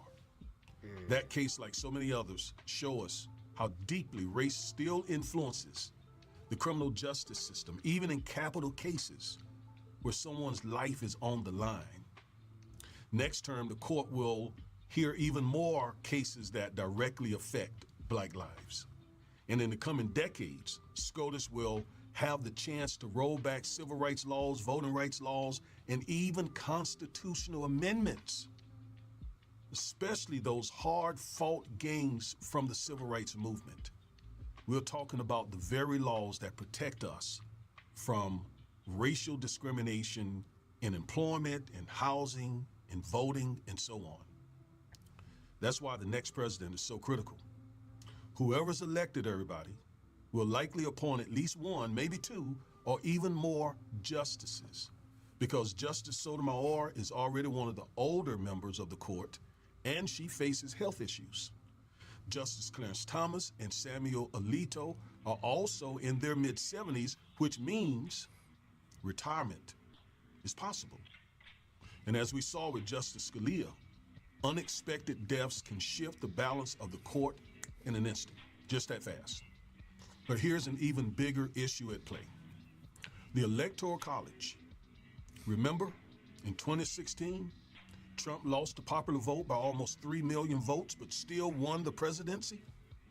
Because of the Electoral College, one of the major reasons he won is that black voter turnout dramatically decreased, especially in those swing states. States like Michigan, Wisconsin, Pennsylvania, and so on. That gave Trump the power to appoint 3 justices, Gorsuch, Kavanaugh, Barrett, each of whom has moved the court significantly to the right. Now, once again, this election will come down to swing states. And once again, black voters are still a major force in many of these states. States like Georgia and Michigan. If we don't turn out in huge numbers, we could see history repeat itself. If you're unclear on how the Electoral College works, check out my recent video where I broke it down for you. Here's the kicker, though. There are black men who are more focused on things like stimulus checks and short-term economic gains. These black men support Trump, and they couldn't care less about SCOTUS, about democracy, or Project 2025. And if enough of them turn out, they could easily tilt this election in Trump's favor.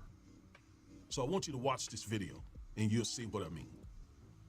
Given that Donald Trump, Kamala Harris are virtually neck and neck, tied at 49% in the local polls, you could very well say that black people could decide the next president of the United States of America. So why don't we go in the streets and talk to them directly, see what they think. Y'all ready? Trump, Donald Trump, that's what I like. Because Donald Trump done gave out more money than any president we ever had. America, y'all check this out, right? And they're doing this thing right here. I myself, I ain't voting for Kamala Harris. Not for what she did with Biden, but what she's gonna do for us tomorrow. I ain't never know nobody, now president done gave me more money than Trump. I'm 64 years old, so, you know, I like Trump. A lot of people like to say Trump's a racist. You don't think he's racist? Man, it is what it is with me. I don't know, you know what I'm saying? I don't know that man, you know what I mean? So if he is, I don't give a shit, you know. Kamala Harris is the selection right now for the Democratic Party, but Yes. she wasn't democratically nominated. She put herself in a position where she need to be at. I would take Kamala Harris. Yeah. Donald Trump, I ain't got nothing against this man.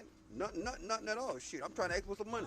But I still mess with Trump, because Trump put money in my pocket. I say Donald Trump only because Donald Trump is the only president that ever gave citizens something. That was a stimulus. That's the only president that we've ever had that actually gave the people something. So it really don't matter who wins if it's not a stimulus in it. Enjoy that fried shrimp. Yes, sir. Y'all have a nice day. All right, buddy. Yes, sir. Yeah, I have to go with Trump. Donald Trump, because he's for the people, he helped the people, and he's very good businessman, and I think he help out with the economy. Donald Trump brings more money to the money, like he said, make America great. And he's trying to improve America again. He makes a lot of people mad. A Yeah. lot of people say he's a racist. No. You don't think he's a racist? No, sir. No, sir. No, sir. You see, we can't just ignore these brothers. Sure, some of them can't vote, but a lot of them can and will. The poverty these men experience is real. It's generational poverty that's deeply rooted in a legacy of systemic oppression. I know this because I grew up in poverty too, but by the grace of God, I made it out. I understand how easily I could be exactly where they are today.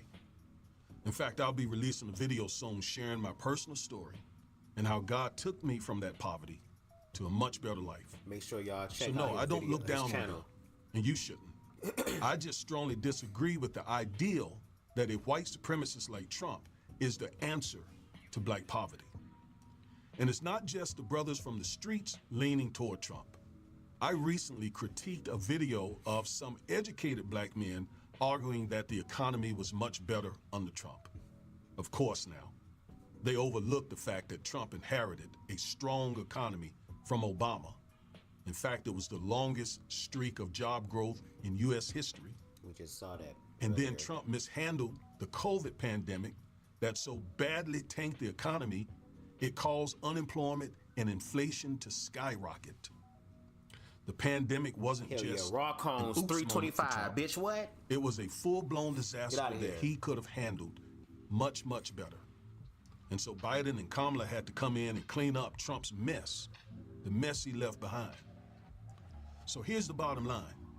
We need to turn out and vote overwhelmingly for Kamala Harris. Now, I get it. Kamala might not be your ideal candidate. Maybe you blame her for the border crisis, although it was Trump who blocked the bipartisan border bill. Or maybe like Killer Mike, you don't want to vote for Kamala simply because she's a prosecutor. Watch this video of Killer Mike. You're a big reason I would never vote for a prosecutor, because you were a fucking prosecutor. That's it.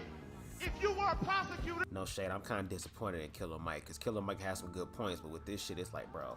you were just on the wrong side. So as for me and my household, we vote for defenders, we vote for public service, but we don't vote for prosecutors, because I know you've been a part of the system that's already fucked me over. Why would I vote? But listen, if Killer Mike is okay with voting for a white supremacist insurrectionist who's been indicted on 91 criminal charges and convicted on 34 of them, then that's up to him. That's his business, right? But we can't afford to make the same mistake we made in 2016. And here's some more reality. If Kamala is elected, she's going to need at least 60 senators to support her Supreme Court nominees. You may say, why? Well, because the Senate has to confirm the justices that she chooses. But if the GOP controls the Senate, they will block every single one of her picks unless she nominates someone they approve of. To break through that gridlock, she needs a supermajority of 60 senators. Now, there's another option.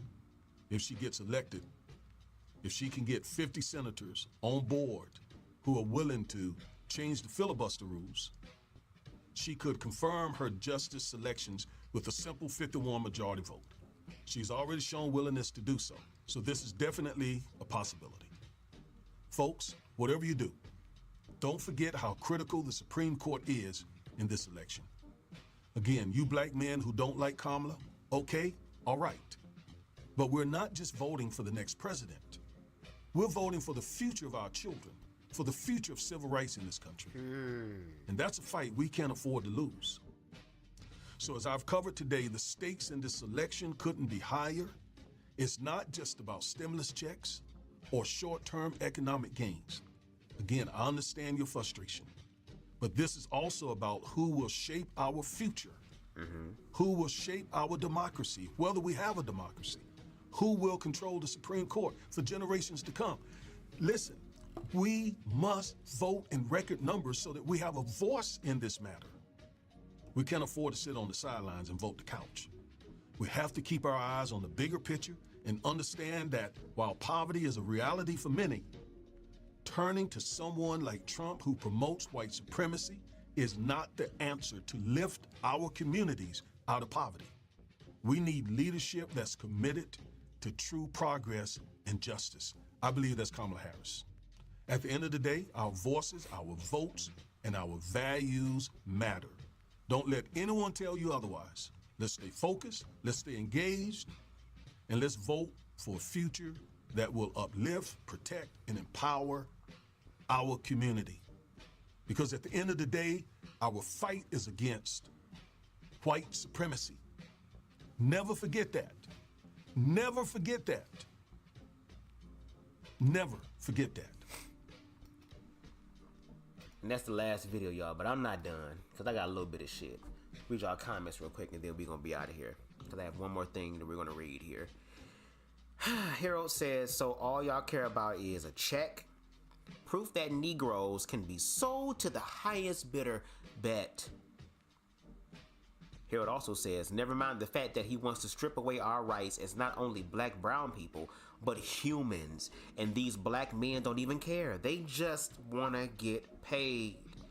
Harold said, mind you, Kamala Harris put away black men who were a detriment.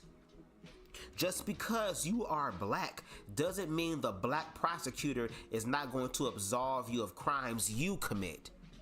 These are the same niggas, girl, who will be sitting out here with t-shirts talking about free Mook Mook, even though Mook Mook's fingerprints and gunpowder residue and his video evidence of the nigga being the one pulling the trigger 29 times, like y'all seen on the last live I did, where I showed you all the detriment and destruction that was happening in the black community that some of these kings are too afraid to actually address. Which is why they pick on fags and black women. For those of you who feel that Kamala Harris is a whore and that she slept her way to the damn top, bitch, look at the screen. I don't want to hear a goddamn thing. I don't want to hear shit. I don't want to hear shit. Look at the screen. I don't want to hear shit about no whore. She was the first lady. I don't want to hear shit about nobody being a whore. When Trump was married to his mail order bride, I don't want to hear a motherfucking thing about nobody being a whore, girl. When the first lady has a motherfucking spread, girl. And there are other motherfucking pictures that I couldn't even put on this live. So let's talk about what a hoe really is. So if the president already fucking hoes, why you have a problem with a hoe, according to y'all, in office?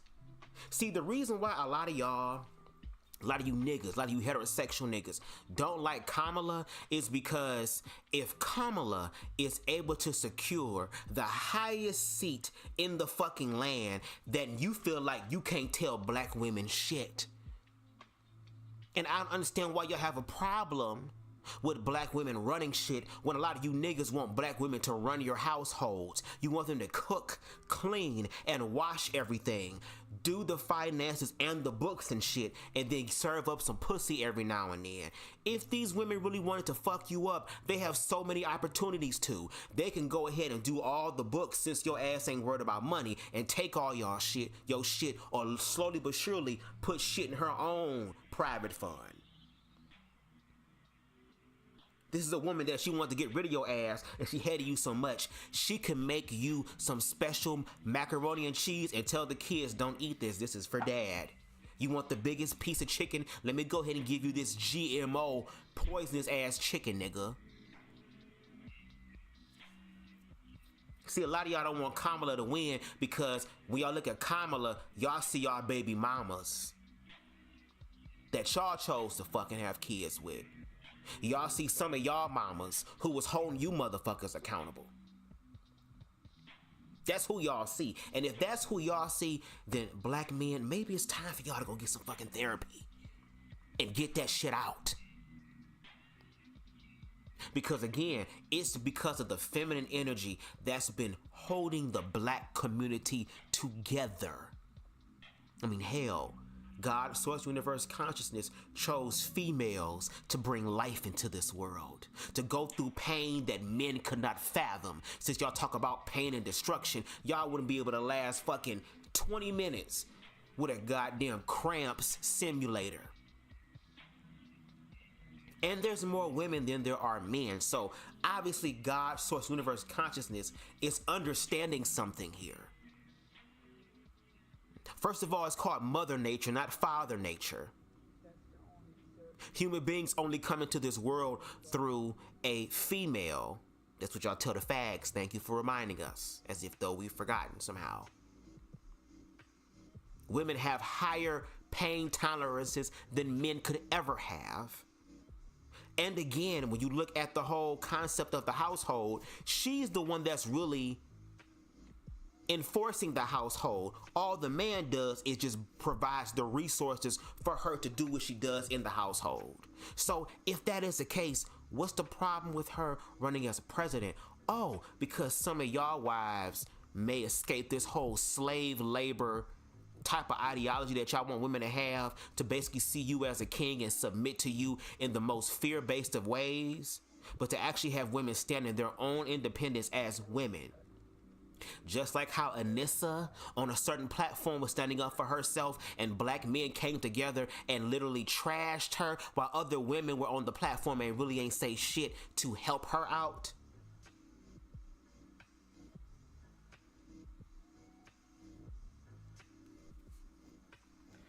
What's up, boy Crazy? So I don't want to hear nothing about her being, oh, she's a whore, she's a whore, she's a whore. There's whores in the White House. White motherfuckers in the White House doing crack cocaine, all that type of shit, girl. Call a ace and a spade a spade. But if I had to choose again from a black woman who, yes, she was a prosecutor, and with her being president, she's going to be held accountable by black people. We can give her an opportunity and a chance to lead. Y'all want to allow fucking hypotheticals and use y'all baby mamas and wives and shit as a conduit for y'all disdain towards Kamala. I would choose her, an individual who was a prosecutor, who also understands the law and is able to play the law game that can actually benefit America and benefit us, than choosing a white supremacist who has consistently shown that he only cares about black people when it benefits him. But let's talk about benefiting black people real quick. We're going to take a read. We're going to look at this article before we get out of here. This is from the Huffington Post. And again, shout out to Harold, because Harold is the inspiration for this live. And it reads, Kamala Harris's new economic agenda reveals what she would do to help black men. So for you niggas, you niggas with the muscle titties and the motherfucking women titties on a man, bitch, MWT, man with titties, girl, I would love to hear y'all interpretation on this. This is the vice president's latest attempt to engage a voting bloc that Donald Trump and his campaign have also attempted to court this election season. Vice President Kamala Harris on Monday unveiled a list of policies aimed toward black men, her latest attempt to engage a voting bloc former President Donald Trump and his campaign have attempted to court this election season. Harris' opportunity agenda for black men includes a laundry list of policy proposals, including here you go for you niggas with money who want the money. Send me my money. Providing 1 million loans to black entrepreneurs and others to start businesses. Investing in black male mentorship and training programs. Protecting cryptocurrency assets, launching a healthy equity initiative focusing on diseases that disproportionately impact black men, like diabetes, we see some of the niggas with the fupas, and prostate cancer, and, for me, no shade, legalizing recreational marijuana for black men to participate in the burgeoning industry. If y'all like weed like me, I encourage y'all to watch, I forgot the name of it, but it's a documentary on Netflix where they talk about the history of weed and how even weed was used in a racial way towards black people, even though weed has had many health benefits. The policies draw from stops on her nationwide economic opportunity tour, during which she listened to black men during visits to predominantly black cities like Atlanta, Charlotte, and my hometown, Detroit. The policy rollout comes in the middle of a campaign swing focused in part on black men. Harris met with black farmers in North Carolina on Sunday and will participate in a radio town hall in Detroit hosted by the Breakfast Club host Charlamagne the Goddess on Tuesday. Quote, black men care about economics, as we've seen in the live even by the Defiant lawyers. A lot of African American men specifically, okay, why are we freezing, girl, care about the cost of inflation, healthcare, housing, all of those things. said Quentin Folks, a Harris Walls campaign deputy principal manager. Quote, when it comes down to it, another thing that's always underlying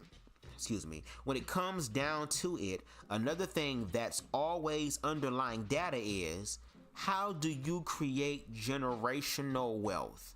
How do you begin to build? A number of these policies attempt to answer that. Harris's plan to provide 1 million loans to black entrepreneurs, for example, would provide resources and capital for the historically marginalized group to pursue business ventures, an avenue for wealth building. The proposal said the loans would be funded through the Small Business Administration, and local partners like banks would be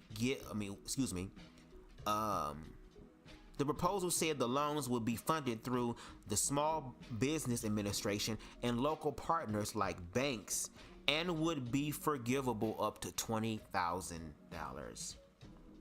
The Democratic nominee also pledges to provide more financial support for black farmers and ranchers, set a goal to double quality apprenticeships, and work with Congress to encourage businesses to limit the use of criminal arrest histories and credit scores when vetting potential employees. You hear some of you niggas that got charges, some of you niggas with failing credit scores, how she's trying to help y'all.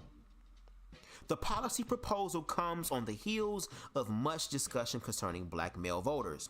Former President Barack Obama sparked the conversation, okay, after he pleaded with black men to, quote, drop excuses and support Harris's bid for presidency before his speech at the Pittsburgh rally last week.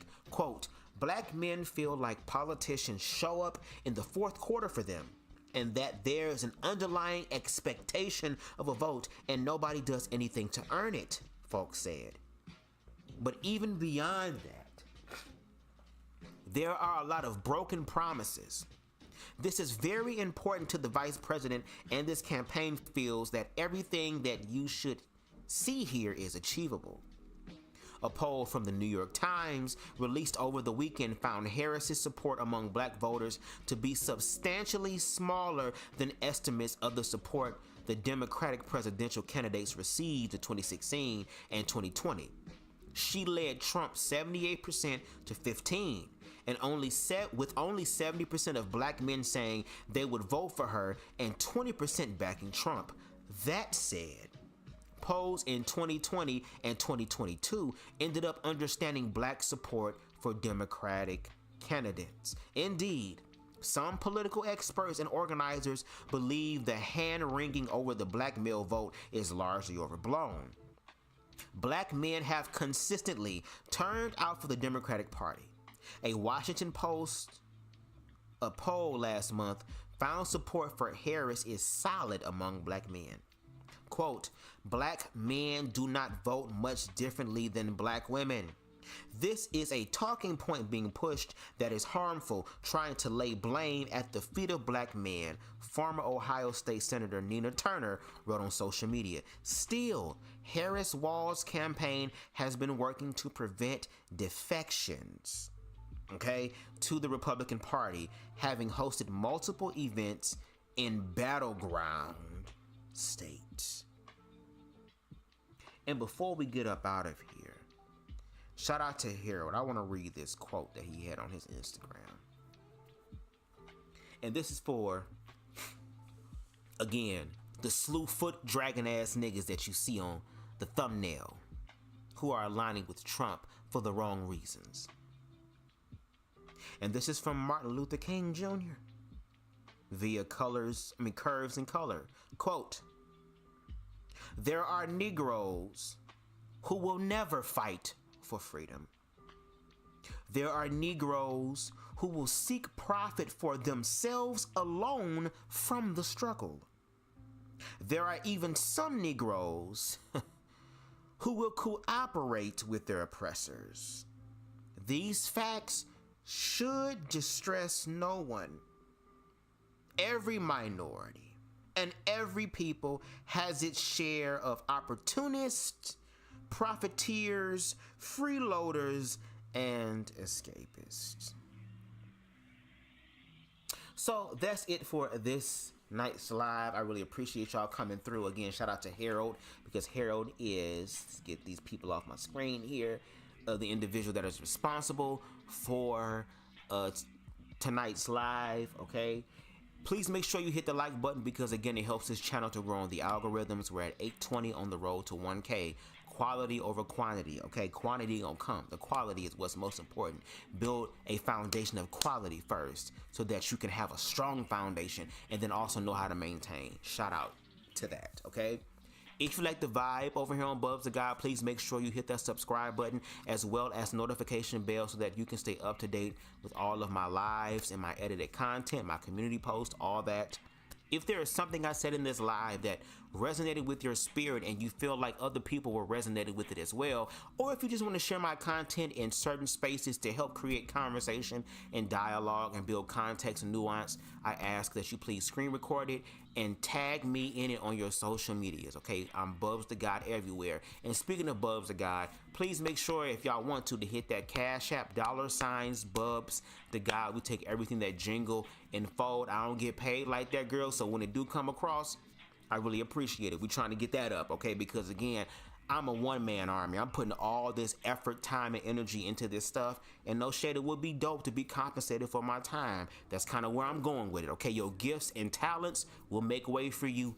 I'm trying to have that way made, okay? So again, $BubzDaGawd. Shout out to Boy Crazy in the building. Shout out to Harold, okay? In the building. Shout out to Queen Spicy in the building. Shout out to Rajan. Okay, I finally said it right, hopefully, in the building. Shout out to, I think we had Chief Soul Survivor in the building. Shout out to Queen Amber in the building. Who else we got? I think that's it. Shout out to the replay gang. Shout out to the individuals in the bushes. We appreciate y'all as long as y'all are learning. And until next time, everybody, y'all enjoy the rest of y'all's night. Peace. I can be anything I choose in this round. We are a sound vibration too deep.